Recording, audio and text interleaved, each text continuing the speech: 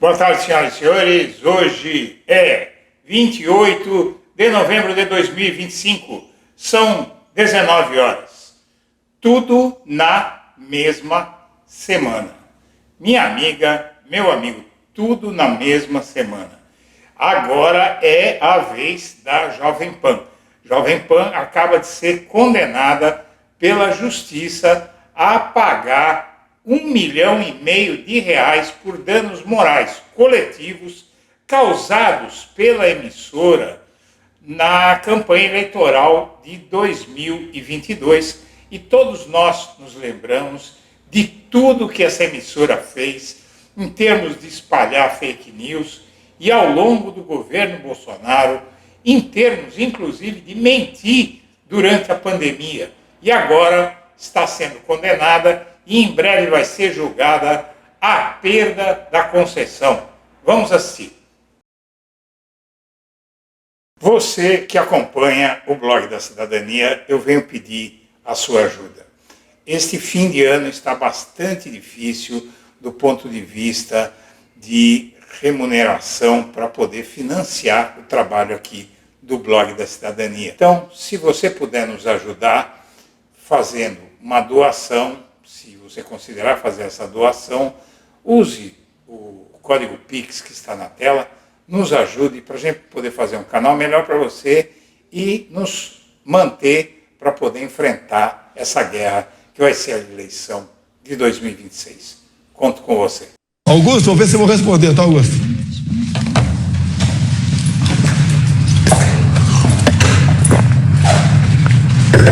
Bora, filho.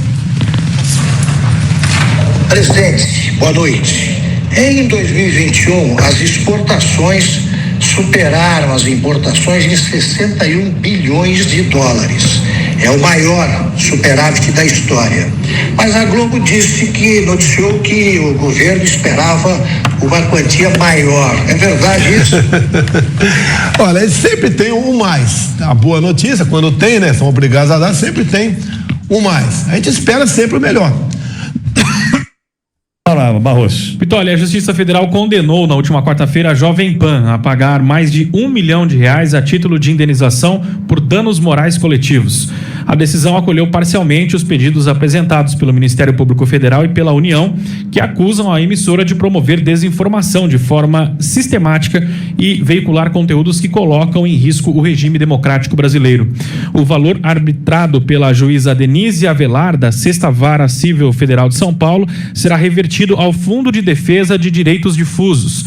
A ação original, movida pelo Ministério Público Federal, tinha como objetivos a condenação da Jovem Pan e, inclusive, o cancelamento judicial das suas 3 outorgas de radiodifusão e também ao pagamento de uma indenização por danos morais coletivos no valor de R$ 13 milhões. O valor? 13 milhões e 400 mil reais, tá? Para ser mais exato. A magistrada concluiu que a programação da emissora entre 2022 e 2023 incorreu em diversas violações às diretrizes que regulamentam o regime de radiodifusão outorgado pelo poder público, configurado efetivamente as hipóteses de abusos previstas no artigo 53 da Lei número 4.117 de 1962. Segundo a Gazeta do Povo, a Jovem Pan foi procurada e afirmou que não comenta assuntos internos e questões jurídicas. Bom, essa era a realidade da Jovem Pan num ano eleitoral. Desabrida na cara dura, era assim. Aquele vídeo que você viu com o Augusto Nunes fazendo uma pergunta que só faltava terminar com vote 22, né? Aquela pergunta que ele fez, da forma como foi feito aquilo, é proibido, porque 2022 era um ano eleitoral.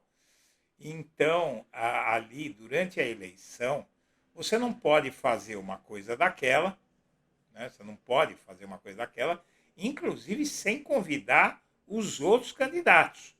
Tá? É proibido fazer proselitismo político daquela forma em ano eleitoral.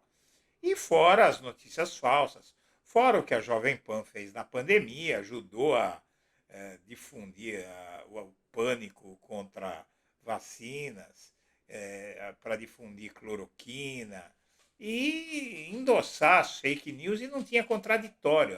A sentença fala isso. Então, essa foto que permanece até hoje na internet, ela prova o que era a Jovem Pan, uma empresa pública. Porque o Eduardo, ele pode aqui falar o que ele quiser e ter um lado e declarar esse lado. Mas uma empresa pública, uma concessão pública, ela não pode ser colocada a serviço de um grupo político. Não pode.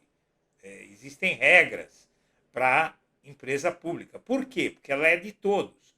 Então, a permissão dada a ela é do bolsonarista, mas é também do petista, é do tucano, é de todos, inclusive daqueles que não têm partido nenhum. Então, não pode ficar de um lado específico. Tem que dar as notícias com isenção, sem dar opinião, e sim dizer, dar opinião partidária, né? Declarar voto, essas coisas. A concessão pública, rádio, TV. Muito bem, vamos ver a sentença. Aqui está a sentença, é uma sentença longa, de 65 páginas, é muita coisa, né? Vamos para o final dela aqui. Né? Aqui é o final da sentença. Diante do exposto, nos termos do artigo 485, indefiro parcialmente, julgando extinto processo, tal, julgo parcialmente procedente o pedido formulado de R$1.580.000 a título de reparação aos danos morais proporcionados à coletividade. Eles saíram no lucro, porque eram 13 milhões, mas mesmo assim há uma condenação. Aqui o consultor jurídico, ele informa bem, né? E eu vou ler para você ter uma ideia do que foi que aconteceu.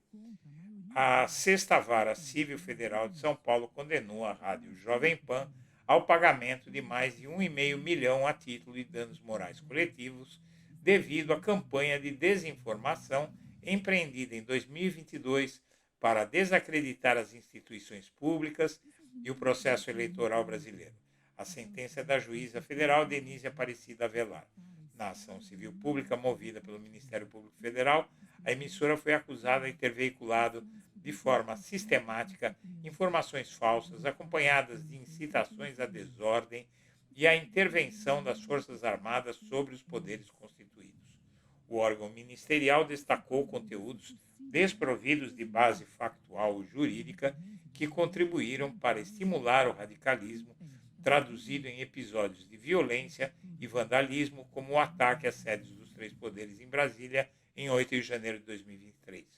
Com isso, pediu o cancelamento de 3 outorgas de rádio e pagamento de 3,4 milhões como indenização por danos morais coletivos, entre outros. A Jovem Pan alegou que a responsabilidade sobre o conteúdo dos debates seria exclusivamente de terceiros, de convidados sem vínculo contratual com a rádio. Só não informou que todos os convidados tinham a mesma opinião. A análise da programação veiculada pela rádio em 2022 e 2023, todavia, evidenciou que a figura do comentarista ou convidado consistia em um jogo de cartas marcadas com personagens previamente definidos. Na sentença, a julgadora afirmou que, embora o alinhamento editorial não constitua violação à legislação pertinente, é certo que as peculiaridades relacionadas à linha de pensamento então propagada flertavam com o extravasamento dos limites da liberdade de expressão e os princípios democráticos.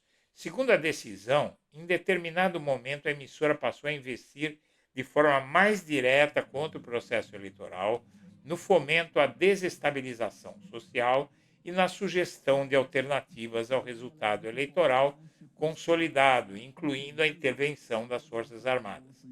A forma de abordagem escolhida pela ré, cabalmente comprovada nos autos, em muito se distanciou da intenção de submissão dos temas ao debate público, optando-se, em verdade, pela sua rotulação específica ou ainda em sua transformação em âncora para a veiculação de discursos potencialmente pré-concebidos, pontuou.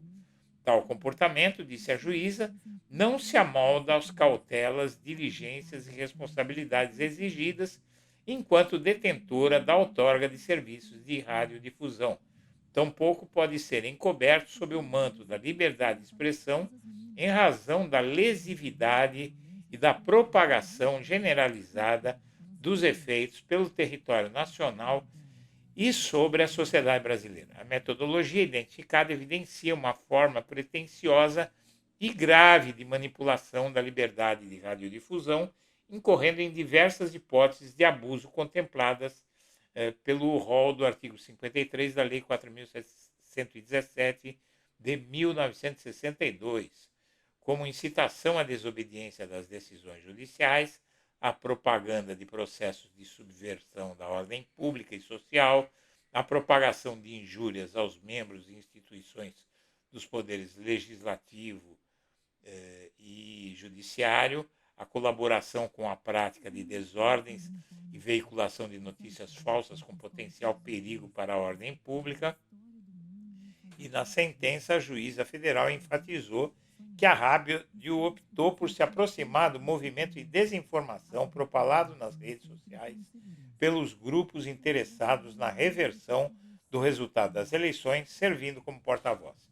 A lesividade das condutas foi potencializada pelo contexto fático e experienciado pelo país, possivelmente o mais crítico desde a redemocratização. Quanto ao pedido de cassação da outorga, a julgadora entendeu que, apesar de plausível, seria uma atitude excessiva, em que pese o reconhecimento da gravidade e seriedade das condutas ilícitas praticadas pela ré. O cancelamento da outorga é medida extrema, devendo ser utilizada apenas como ultima ratio, ou seja, em último caso. Para a juíza, restou demonstrado que a emissora adotou o modus operandi específico em relação à sua linha jornalística, que em nada se assemelha aos institutos descritos em sua defesa.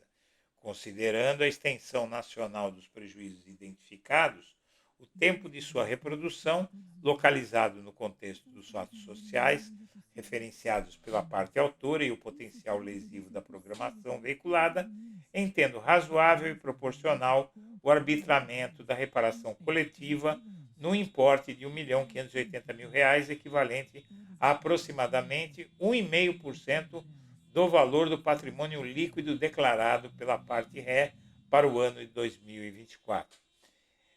E aí você vê tudo isso, e aqui na Revista Oeste, que é a revista do agro, bolsonarista até a tampa, eles dão a notícia tal, mas em meia dúzia de linhas, né?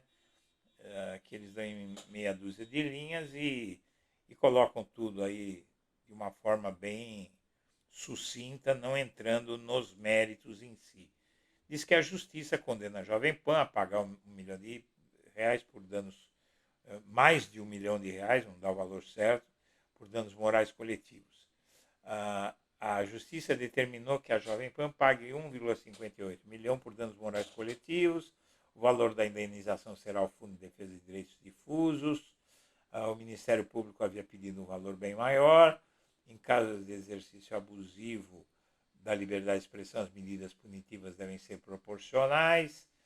A sentença revelou que os programas da Jovem Pan seguiam um modelo de editorial fixo. Segundo o texto, os noticiários opinativos da emissora não davam espaço real a visões divergentes. Para a justiça, a responsabilidade da rádio não se limitou à fala de comentaristas. E, mesmo assim, a juíza negou o argumento da ilegitimidade passiva. Para ela, a emissora mantinha uma metodologia deliberada de veiculação de conteúdos com alto potencial lesivo. A União se posiciona contra o cancelamento de concessões. Durante o processo, a União, ou seja, o governo Lula, ingressou como parte autora, mas discordou da proposta de cassação. Foram salvos pelo Lula, né? Que não quer confusão.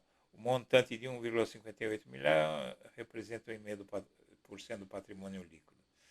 Bom, o fato é que essa empresa ela vai ainda enfrentar talvez um recurso do Ministério Público ao STF, né?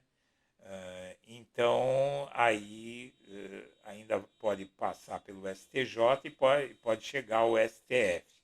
e aí eu acho que fica difícil deles escaparem da cassação.